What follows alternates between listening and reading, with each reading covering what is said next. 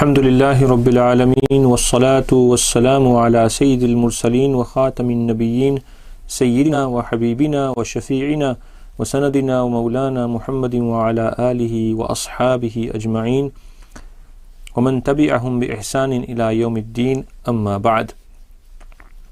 We have a list of questions from what you have sent in, which we shall be going through one by one inshallah in the time that we have.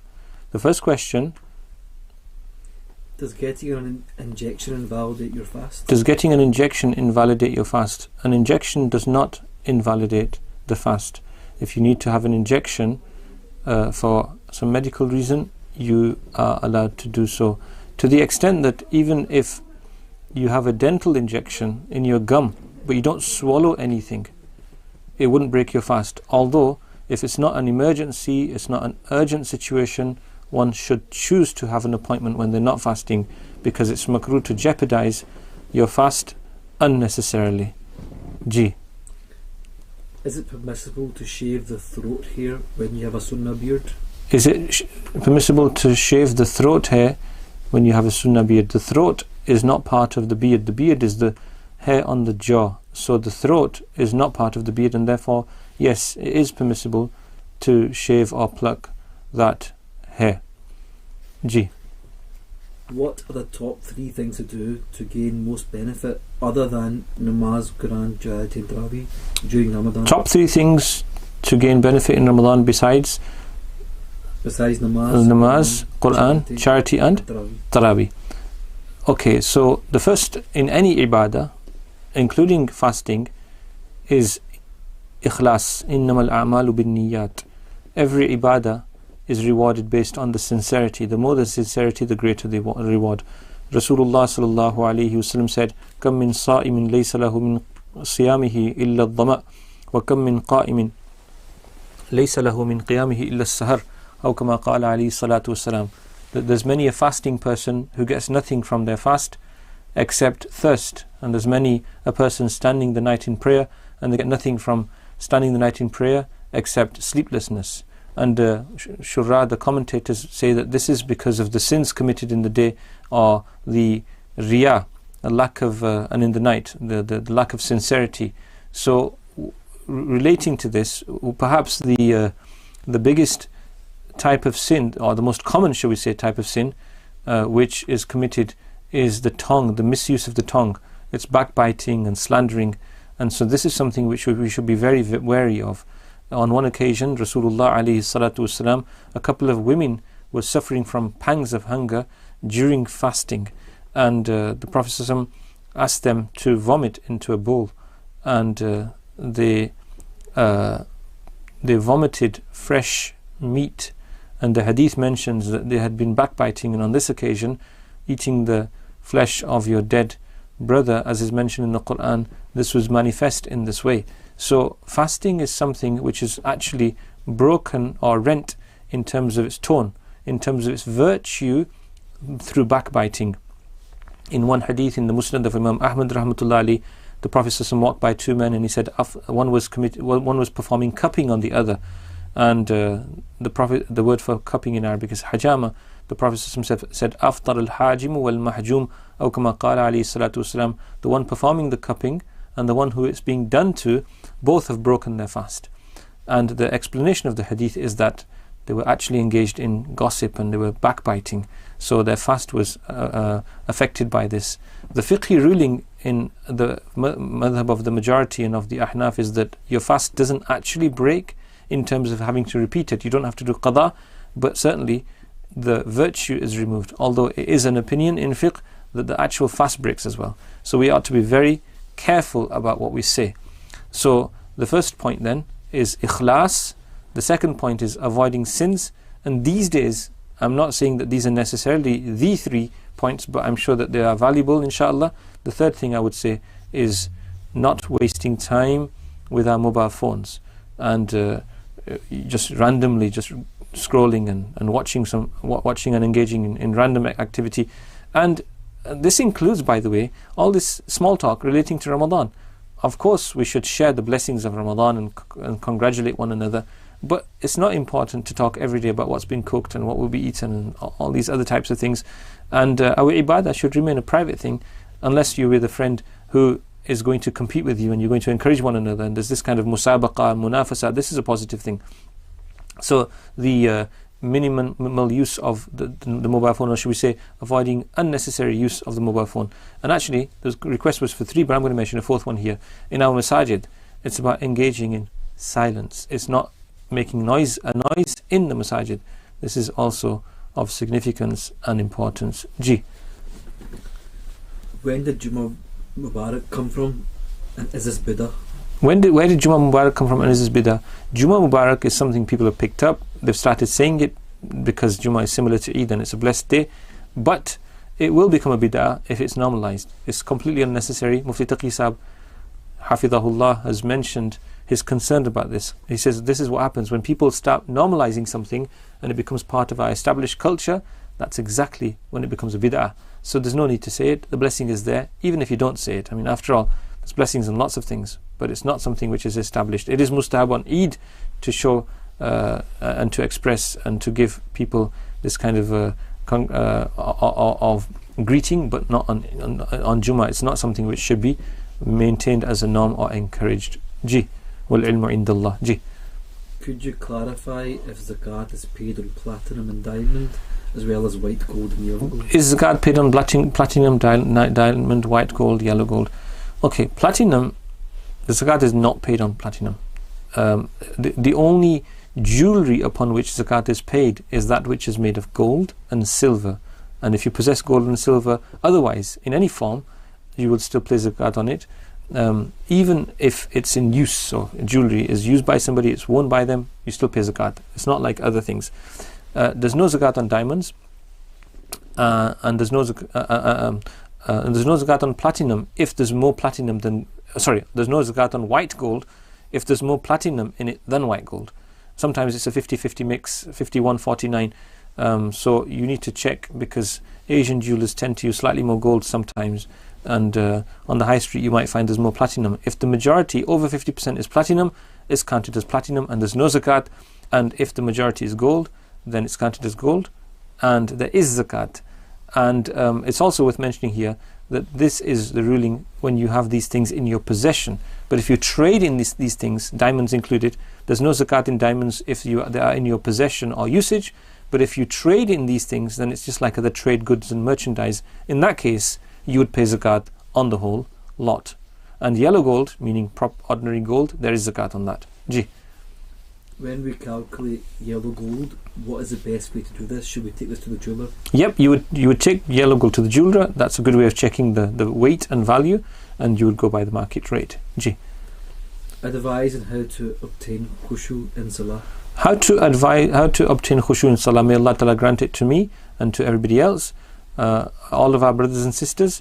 There are 2 types of khushu. There's the outward khushu and there's the inward khushu. The outward khushu is about the stillness of the body, and so this is achieved by following the Sunnah, and it's about ta'dil of arkan, meaning you don't rush. So you hold your position properly, and you will achieve this by following the Sunnah. And what I mean by this is, if you say a minimum of tasbih, if you say the tasbih a minimum of 3 times in your ruku and sujood, Subhana Rabbiyal Azim, Subhana Rabbiyal Azim, Subhana Rabbiyal Azim, or 5, 7 or more. And the same in sajda, you will have maintained your position. So when you stand in salah, not to fidget with your hands. Young people can sometimes have a habit of cracking their joints. People have a habit of playing with their beards or clothes, or just generally fidgeting. So to learn to stand completely still and not move whatsoever, the ability to do this is important in salah. So initially, the first point is to keep your body still and calm and relaxed. And then the second point is to hold every position. So when we go into ruku, we hold that position. And this is where a lot of people are careless, when you stand up from your ruku again, to stand up fully, the qawmah. And this is why there's tasbih there, Subhana Sami Allahu liman hamida, Rabbana lakal hamd, and you can read Rabbana wa lakal hamd. Both are mentioned in the riwayah, both are correct. To hold that position for a moment. And this is why in your Sunnah nafl you can increase this. Rabbana wa lakal hamd, hamdan kathiran tayyiban mubarakan fi mubarakan alayhi, kama yuhibbu Rabbuna wa yarda. To hold that position, to stand straight, not to sort of half rise up and then go into sajda as people do. This is not the proper way. In fact, in reality, the qawmah should be similar to the ruku in its length. Then to go into the sajda and to hold that position properly and to settle in that position without putting the elbows onto the ground. And then to sit up the jalsa between the two sajdas. And again there's a dua here, Allahumma ghfirli warhamni wahdini wa'afini warzuqni warfa'ni wajburni, which can be read in the sunnah and nawafil to assist. So to hold that position, not to kind of half rise from the sajda and kind of go down again, which is described in hadith like a pecking bird, a pecking chicken. Many animals have been mentioned when it comes to salah, that we mustn't resemble this animal and this animal and this animal. So in our sajda we should be sitting up properly, holding that position and then going down. So basically we're talking about holding each position. Then the eyes shouldn't be looking around. They should be in the place of sajda when we're standing, on our feet when we're in ruku, on our lap when we're reading our tashahhud, at-tahiyyat, and towards our shoulder when we're doing salam to the right and left. So the physical position, people say that if they close their eyes they can concentrate more. There's not more reward there because you're not following the sunnah. There's always more reward in the sunnah. So even if you feel distracted in the condition of following the sunnah, this is superior than you closing your eyes and not and feeling that you are more detached from the things around you. The inner khushu is about the calmness of the mind, and this can be achieved. I'm quoting one of my teachers here, Mufti Tahir Sahib, Sufi Sahib, as he's widely known, Hafidahullah, and he says that if you don't know Arabic, then focus on the words that you are reciting. Subhanaka Allahumma wa bihamdika wa tabaraka ismuka wa ta'ala jadduka wa la ilaha ghayruk, a'udhu billahi minash shaitanir rajim, bismillahir rahmanir rahim. Focus on the words. And if you do know Arabic, then focus on the meaning. So this is one way of ensuring that you are where you are in the moment. So this is a state of inner khushu. Now there are two types of thoughts. In hadith it's mentioned, in the Sahih hadith, that if you perform 2 rakats of prayer without talking to yourself, your sins are forgiven. So this should be a good daily goal. So now this is amazing. Now this hadith, in the commentary of this hadith, there's no hadithun nafsi, you don't talk to yourself. This is explained in 2 ways. One explanation is that you don't talk to yourself, so if thoughts come by themselves which you can't help, as long as you don't engage with them, you've got the virtue of the hadith. And this is one level. And the other explanation of the hadith is that if thoughts come into your mind, the thoughts you're actually able to block out thoughts in your mind. Now this might sound odd to us, but let me tell you, from the time of the Sahaba till our current era, there are ulama and pious people who have had surgical operations and amputations while in the state of salah and dhikr. Subhanallah. I mean, most recently, in recent times, and his sons are still alive, Hafizul Hadith, Maulana Abdul Ghafoor rahmatullah alayhi, had heart surgery while awake, and he was doing dhikr. And he made dua for the doctor, who then became a Muslim. He was a Parsi doctor. He became a Muslim. And we heard this from his son. And he just engaged in Allah's remembrance and Ismul A'zam, the dhikr of Ismul A'zam. Mufti Mahmud rahmatullahi alayhi had an amputation of one of the toes of his foot, or part of his foot. He was diabetic while doing dhikr. These people, not even in salah, and in salah they were even more absorbed. Abdullah ibn Zubair radiyallahu ta'ala anhu, Hajjaj bin Yusuf attacked Makkah while Abdullah ibn Zubair radiyallahu ta'ala anhu, he was the Hakim and Amir there, and he was performing salah, which he'd learned from his nana, his maternal grandfather, who was Abu Bakr Siddiq. His mother was Asma, sister of Aisha radiyallahu anha. And subhanallah, he's in salah, and these missiles and projectiles are passing through his chest and beard and ricocheting off the walls, and he's not flinching. He's oblivious to it all. People have had arrows removed in battle in the state of salah. So basically, may Allah give us an element of this. The reality is that if we really realize where we are, standing before the Master, before Allah subhanahu wa ta'ala, it will become easier. So these are just some tips, focusing on the words if we can, and this is why every Muslim should make an effort to learn the translation of the essential adhkar of Salah. The Allahu Akbar, Subhanakallahumma, Suratul Fatiha, it's not hard to learn, Suratul Ikhlas, maybe a few of the short surahs, the translation of the tasbihat in ruku and sajda, of at-tahiyyat, salat and salam, the dua in salah, and so forth. Learning the translation may go a long way in assisting. So, in short then, thoughts which pass by in your mind and they're not in your control, you're not answerable for that if you don't engage with those thoughts. But this is one position. The other position is that you actually get to a stage, may Allah grant it to us, where you're not even, those thoughts don't even touch you because you're just in a different place. So Salah is extremely special, and it's described as the mi'raj and ascension of the mu'min. But we have to get there. May Allah grant me tawfiq and grant you tawfiq as well. Ji. A similar question, Maulana Sahab. Can you please advise on how to concentrate in Salah and reading Quran? Okay, so concentrating in Salah we've worked on.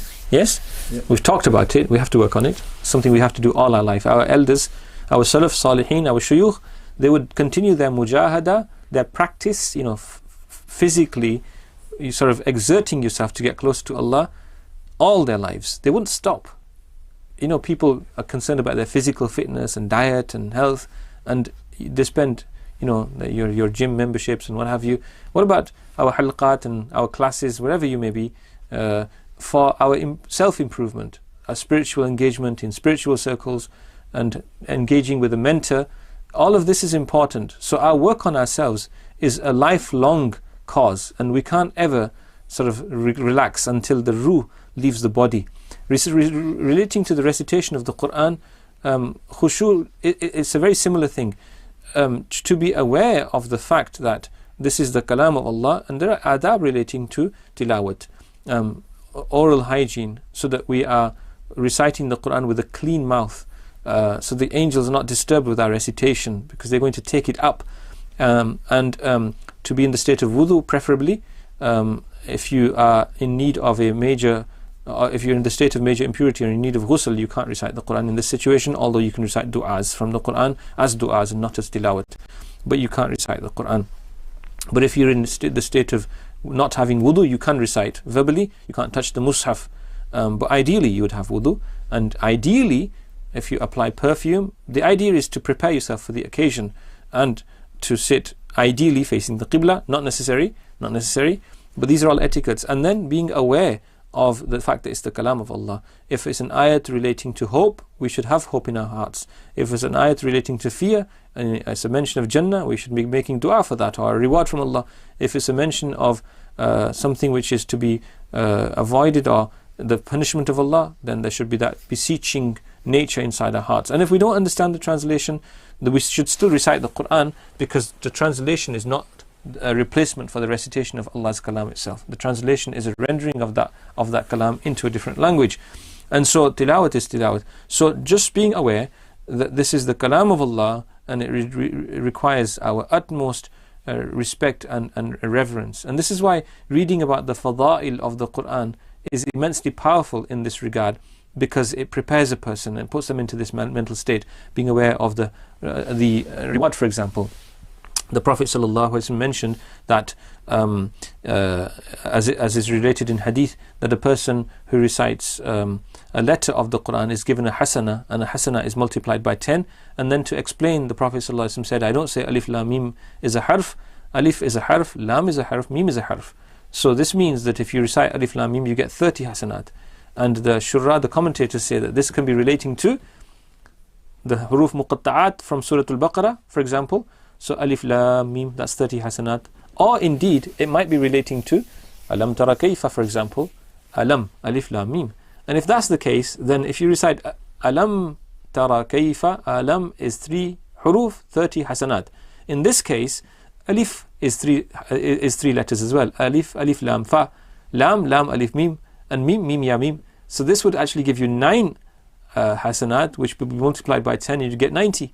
So keeping these things in mind, in the tafsir of Imam Tafsir Khazin, the author has actually mentioned the number of words and letters at the beginning of each surah, the tafsir of each surah. Now why would he do that? Because they're valuable, but also because we get an indication of how much reward there is. So keeping this in mind, so these are some themes which might be useful inshallah in achieving more connection with the Quran. It's about the mahabba and love for Allah subhanahu wa ta'ala. And by the way, although this isn't part of the question, I might add here that people complain of hum and huzn, anxiety and sorrow, grief, and people find it difficult to recover from past traumas or future concerns or the pressure of the moment. The Quran is a panacea. It's an antidote to depression and to anxiety if we absorb ourselves in it. And it's a solution to those problems. Just its recitation, it's actually a source of itminan and of the heart. Ji. When I read the Quran, I listen to a reciter and follow the Arabic word by word. Do I get the same reward as reading myself? Listening to a reciter and following it word by word. Now, there is virtue in engaging with the Quran, and it's perfectly fine and appropriate to listen to recordings of the Quran. But listening to recordings of the Quran is not the same as listening to a live recitation, and it doesn't have the same hukm. And therefore, the ulama say that if you listen to an ayat of sajda in a recording, you don't have to do the sajda, because it's a recording, it's not actual. But if you listen to somebody live, then you have to do the sajda. So it's perfectly fine to do that if you're doing this to practice your Quran. There's no harm in taking the assistance of a recording. But if you're listening to someone live, this has particular virtue. This is established. In fact, there's a discussion amongst the muhaddithin and ulama, is there greater virtue in listening to somebody or in reciting? And both are sunnahs of Rasulullah sallallahu alaihi wasallam. On occasion, Rasulullah alayhi salatu wasallam listens to the recitation of a sahabi, and of course the Prophet sallallahu alaihi wasallam himself is found reciting frequently. And in Ramadan, he would listen to Jibril's recital, and Jibril would listen to Rasulullah sallallahu alaihi wasallam's recital. And this would be special. The Sahaba would see the impact of this. Ibn Abbas radiallahu anhu says in Sahih Bukhari, he narrates how we would see the Prophet was the most generous of people, but his generosity would know no ends in Ramadan when him and Jibril would recite Quran to one another. And he would be like a flowing wind. So there's virtue in listening, and there's virtue in reciting as well. And both are commendable. But listening to a recording should never be seen as a substitute for actually doing tilawat yourself. G. If you have missed fardh prayers in the past, can these be made up with extra nafls? If you've missed fardh prayers in the past, can these be made up with extra nafls? Although nafls and sunnahs are mukammilat, if you follow the sunnah generally, they complete the fardh. This is in the sense that if I've just performed my isha and it wasn't up to standard, if I then perform a couple of sunnahs, the virtue of that sunnah will sort of compensate for the shortcoming in my fardh in this sense. But it's not a replacement for qadha. And qadha should be done in its own right. So one ought to make an estimation of the amount of salawat that they have missed, and then sequentially, one by one, they should aim to actually repeat them. They should perform all the fara'id, which is 17, and the witr should also be repeated as qadha, even if this is for a prolonged amount of time. G. If you have previous Qadha namazis to make up a year's worth, let's say, should you prioritise those over taraweeh prayer? Should you prioritise previous Qadha namazis over taraweeh prayer? The ulama don't tend to recommend that, because it's not a justification for missing your sunnahs. And the reality is that it takes 20 minutes usually to perform 20 rakats. That's one day's prayer. If you take out 20 minutes daily, then over the course of a year, you'll be able to make them up. People have, this might sound like a tall order for some people, but the reality is that people, when there's a will, there's a way. People have actually repeated the Salah of many years when they've put their mind to it. And many people do this, and it is commendable. Rasulullah alayhi salatu wasalam showed us by example. On occasion, Bilal radiallahu anhu took responsibility for waking the Sahaba up and waking Rasulullah alayhi salatu wasalam up. And he too, with his back to the horizon, leaning against the camel's support, he fell asleep himself, as Allah would have it, and it was the hot heat of the sun that woke them up. And when Rasulullah ﷺ woke up and asked, Bilal said, Ya Rasulullah, the one who took your soul took mine too. Now there was hikmah in this, because if this hadn't happened, the ummah wouldn't know. And this happened, and on the occasion of the Ghazwa of Uhud, when the trench was being dug, and there was this intense pressure because this trench, which was a few kilometers long and a couple of meters wide and deep, it had to be dug urgently before the armies, this sort of coalition of different armies, including the Persians and the Quraysh and others, were marching on Medina Sharif. Several namazes were missed in this situation, several salawat, but then the qadha was done. So we learned that if salah is missed on this, and the Prophet, because everybody missed it together, he did jama'ah. So these were not for petty reasons. These days people just missed salah for the minutest of reasons, which are not genuine reasons. But if salah has been missed, or even if it was missed intentionally, it actually needs to be made up. Now, of course, this couldn't happen. The Prophet ﷺ wouldn't have missed multiple. This happened just on occasions to show the ummah. I mean, the ulama say that Allah Azza wa Jal made these circumstances arise so that the ummah would not be left in the dark. They would know what to do in these situations. So it is established in the Sunnah that qadha namaz should be repeated. And so if we've missed lots of qadha salawat, we should make an estimation and we should repeat those, even if it takes time to do that. And this isn't a justification for completely beginning to leave out our taraweeh, which is sunnah mu'akkada. Ji. What is the ruling on reading 20 taraweeh versus 8 taraweeh, and does it differ between the schools of thought? Right. What is the ruling between 20 and 8 and does it differ between schools of thought? Okay. So now this is a subject which I have covered. If you want to check online our preparation for Ramadan course, you'll find a section on that, but I'll just mention this briefly right now. So yeah, there is a difference of opinion, and if you look at Imam Tirmidhi rahimahullah, what he says, he mentions Imam Malik's position that there should be 41 rakats of Taraweeh prayer. So there you have it, it's in the text. You can open the section up. So if you want to go for difference of opinion, then we can go both ways.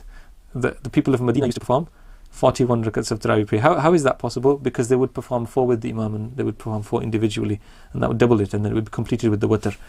So there are various opinions, but if we look at the famous discussion about the 8 rakats and the 20 rakats, look, the famous hadith, Sahih hadith of Aisha radiallahu anha, that the Prophet ﷺ used to perform 8 rakats in Ramadan and outside of Ramadan. This is relating to tahajjud prayer, and this tahajjud prayer was not performed with congregation. In fact, the only example we find is that on occasion Ibn Abbas radiallahu anhu spent the night with Rasulullah sallallahu alaihi wasallam in the house of Maymuna. She was the wife of the Prophet sallallahu alaihi wasallam, and she was Ibn Abbas's auntie, Khala.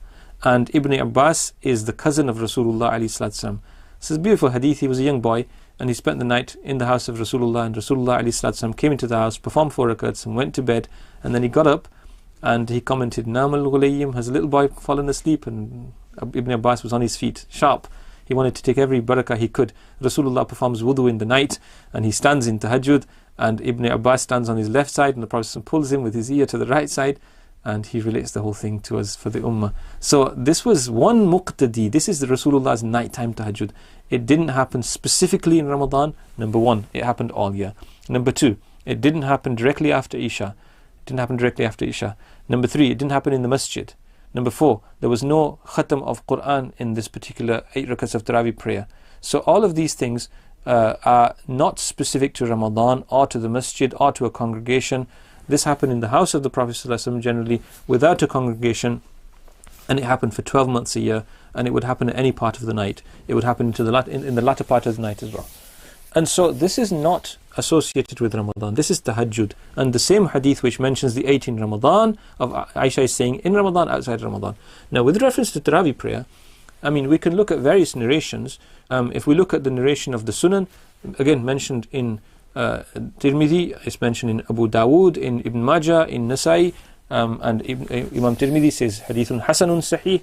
It mentions that it's a riwayah of Abu Dharr Ghifari radiyallahu anhu, and he mentions that Rasulullah alayhi salatu wasalam, there were 7 nights remaining of Ramadan, and he led us in nafl prayer in the masjid.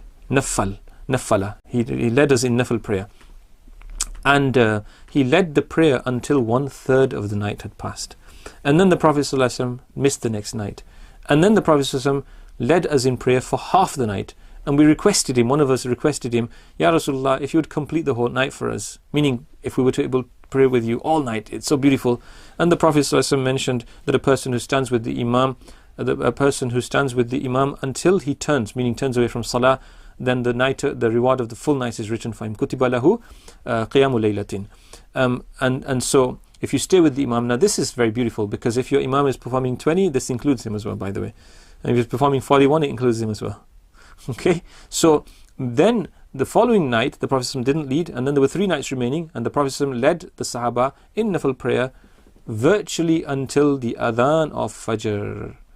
Okay, so this qiyam tawil, this long qiyam, this question, and I'm coming to the 8 and 20, I feel that in today's world, people, it's not that they're not necessarily interested in the fiqh.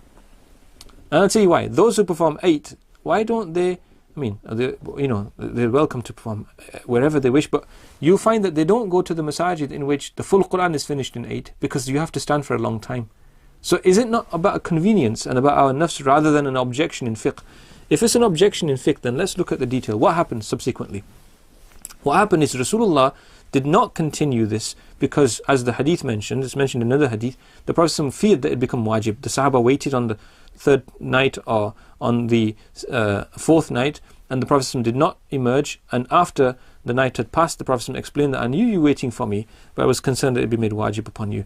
So the Prophet ﷺ knew that if he made a routine of this, this would be so beloved to Allah that it might become an obligation, and then those in the ummah who would fail to do this would become become very sinful. So what happened is the Sahaba continued to follow this established sunnah, because the Prophet did lead them in the night of Ramadan for a special prayer.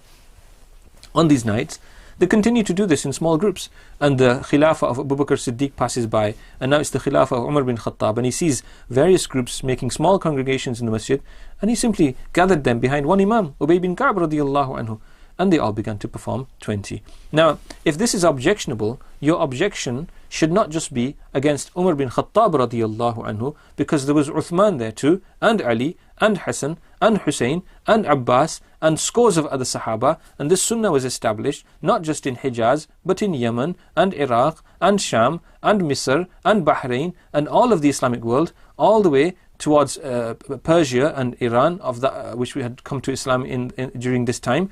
The entire Islamic world was performing this amount of taraweeh prayer, and it continued. If Umar was, those who say Umar ma'adallah, they accuse him of, they say he's blameworthy.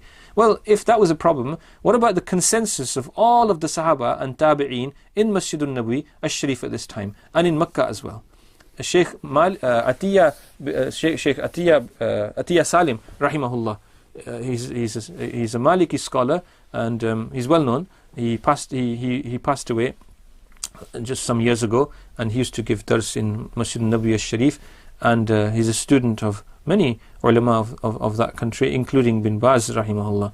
And he wrote a book in which he compiled the names of all the a'imma of both harams up to his lifetime, which is just recently, he passed away just some years ago, in both harams of Makkah and Medina, who led 20 rakats of taraweeh prayer from the time of Umar radiyallahu anhu all the way up to our present era.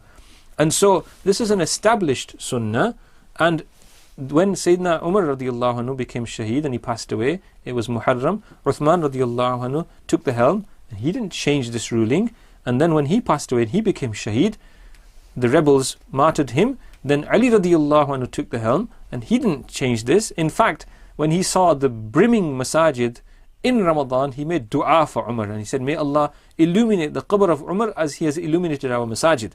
And then when Ali radiyallahu anhu was martyred, then Hassan radiyallahu anhu was Khalifa for 6 months or so, and he didn't change this ruling. Are they all avoiding this situation? Do they not? And we know better. And then Sayyidina Hassan radiyallahu anhu was poisoned, and he passes away as a shaheed. And Amir Muawiyah radiyallahu anhu, he takes the helm, and for his entire era is 20 rakats in the Islamic world, and that has continued till this day. Now during COVID, suddenly authorities make decisions contrary to the ulama will there. I mean, if you look at Sheikh Subayl, Sheikh and the previous Aimah of the Haram, I mean, this is in our lifetime. It's never we would say the audacity of the establishment that has made a change after 14 centuries. Subhanallah. How?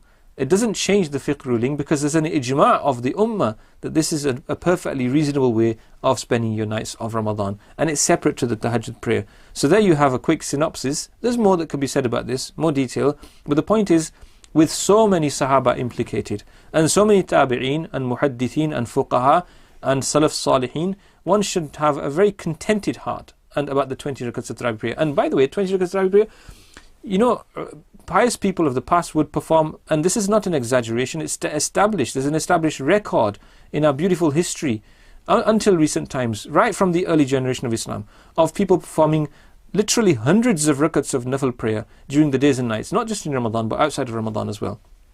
Salah was a staple, it was something everybody turned to. وَاسْتَعِينُوا بِالصَّبْرِ وَالصَّلَاةِ. And today we've turned away, our fardh has become a burden upon us. We don't perform with jama'ah, we don't come to the masajid, and when it comes to Ramadan, then after the first night, and besides the 29th, in between, our nafs tells us, there's another ruling, and so we find our way onto the street and to the, mashallah, dessert parlours for our milkshakes and so forth, and we avoid the opportunity of listening to the full Qur'an. I ask the question, why on the first night then? And why on the khatam night? Is it permissible suddenly on the khatam night? Does the fiqh change for that night? Then don't participate in that dua either. So, this is an established norm in the ummah, and we ought to find it within ourselves. We want to regress. The reality is, we should go towards the Maliki position, shouldn't we? The 41. Because it's an era of darkness and fitna. Our very iman is being challenged, and we need that spiritual strength. So if you want to go away from the 20, then let's move in that direction. There's the other way to go as well. So there's actually various opinions of the number of rak'at, but the reality is, by and large, that the 20 are established in a perfectly satisfactory way, and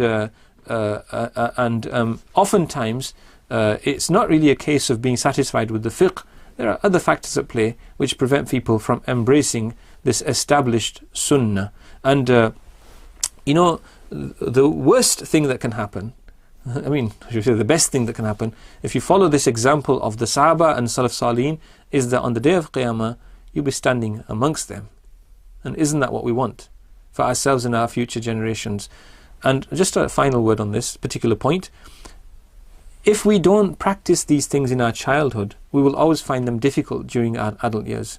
And this is why parents should encourage their children to participate in the taraweeh and talk about it. And then at the end, how was it, young man? How did you find it? And our sisters too, in their homes, they should recite as much Quran as they can, and they should also complete the 20 rakats. May Allah grant us all tawfiq.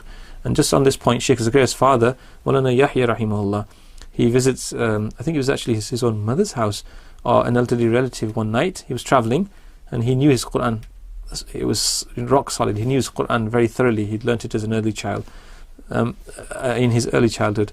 And because he was visiting her house, he decided to lead the Salah that night, and he completed the whole Quran in 2 rakats of prayer. And then after Salam, he says, now I have to go. You can read the other 18 yourself. This is the spirit. And in Darul Ulum, with our Shaykh Nawwarullah Qadha, one time we finished the Quran on the 27th, and then we completed, this is just a few years ago, we completed the rest in 3 nights. We completed the full khatam of the Quran, 10 juz each night. 10 juz each night. In fact, if we look at the Musannaf, Umar radiallahu anhu, he would test the Huffaz in Ramadan. You had the fast ones, the slow ones, and the ones who had a medium pace of recitation. The fast ones, he would make them do 3 khatams on the Musalla, and the medium ones 2, and the slow ones 1. In Madahirul Ulum, Shaykh Zakariya rahimullah, they would have 3 khatams, one in 10 days, one in 10 days, and then one in 9 days. In Darul Ulum, in I'tikaf, in my student years, they would have 1 khatam in 20 days and 1 in 9 days. Because you don't know if you're going to have the 30th fast or not from year to year. So we experienced reading, standing behind Imam for about 3.5 juz a night. But I'm saying this is something to enjoy and relish. And you can still have your milkshake, but you'll enjoy it more after the 20 rakats, and you'll be buzzing spiritually. You'll have more energy, not less. So let us explore this with some introspection from a deeper, level. What is it that's troubling us? What is it that's troubling us? What is it that this preoccupation? It's not something that should be unsettling for us when there's such an established heritage behind us. May Allah grant us tawfiq. We've had some live questions come in. Okay. So probably answer most of them next week, but we'll take some simple ones, Okay. hopefully, inshallah. What is the best dua for breaking fast? Okay, there are a couple of narrations mentioned from the Salaf Salih. There's no one single established dua, but ذهبت الظمأ وابتلت العروق ووجب الأجر إن شاء الله is one dua which is related, which means ذهبت الظمأ, the thirst is gone, وابتلت العروق, and the veins have become moistened, and ووجب الأجر إن شاء الله, and Allah's and ajr from Allah has become established. Now the words would suggest that it's after eating and drinking, but sometimes it's the implied meaning that this is about to happen. So this is one dua.